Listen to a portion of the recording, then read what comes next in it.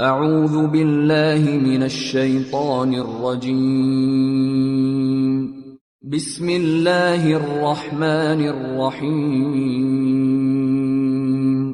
Surah 1 Al Fatihah, the opening, Meccan period.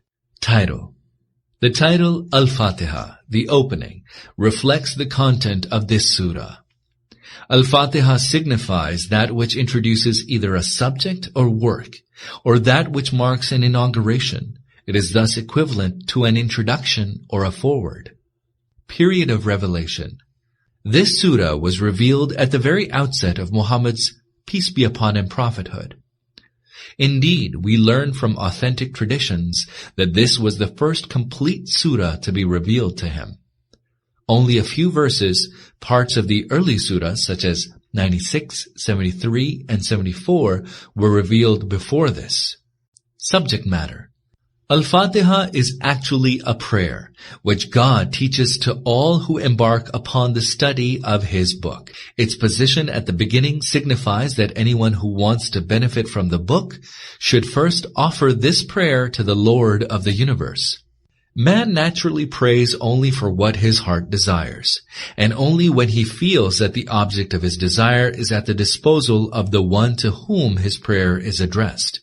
The placing of this surah at the head of the Qur'an is a sign that God urges man to read this book with the aim of discovering the right course in life. For instance, the straight way, to study it with the earnestness of a seeker after truth, and never to forget that the real source of true knowledge is God Himself. The student of the book should therefore begin by making a humble petition to Him for true guidance. Once this is grasped, it becomes self-evident that in relation to the Qur'an, this opening, Surah Al Fatihah, is not just an introduction or foreword. The relationship is really one of prayer and response.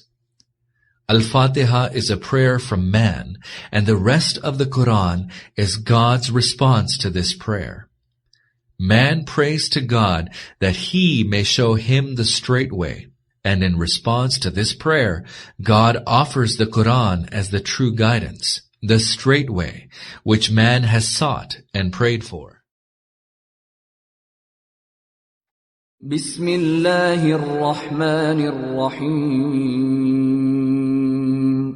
the name of Allah, the most merciful, the most compassionate. Alhamdulillahi Rabbil Alameen. Praise be to Allah, the Lord of the entire universe. Praise be to Allah. Al-Fatihah is actually a prayer, which God teaches to all who embark upon the study of His book. Its position at the beginning signifies that anyone who wants to benefit from the book should first offer this prayer to the Lord of the universe. The Lord of the entire universe. The word Rabb has three connotations. A. Lord and Master. B. Sustainer, Provider, Supporter, Nourisher and Guardian. And C. Sovereign, He who controls and directs. God is Rabb of the universe in all these senses. Ar-Rahman Ar-Rahim. The most merciful, the most compassionate. Maliki Yawmiddin. The Master of the Day of Recompense. Iyyaka na'budu wa iyyaka nasta'in. You alone do we worship, and you alone do we turn to for help.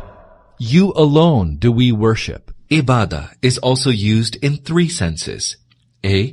Worship, prayer, and adoration. B. Submission and obedience. And C. Bondage and servitude. اهدنا الصراط المستقيم. Direct us onto the straight way, the way of those whom you have favored. صراط الذين أنعمت عليهم غير المغضوب عليهم ولا الضالين. Who did not incur your wrath, who are not astray, who are not astray. Al-Fatihah is a prayer from man to God, and the rest of the Qur'an is God's response to this prayer. Man prays to God to show him the straight way.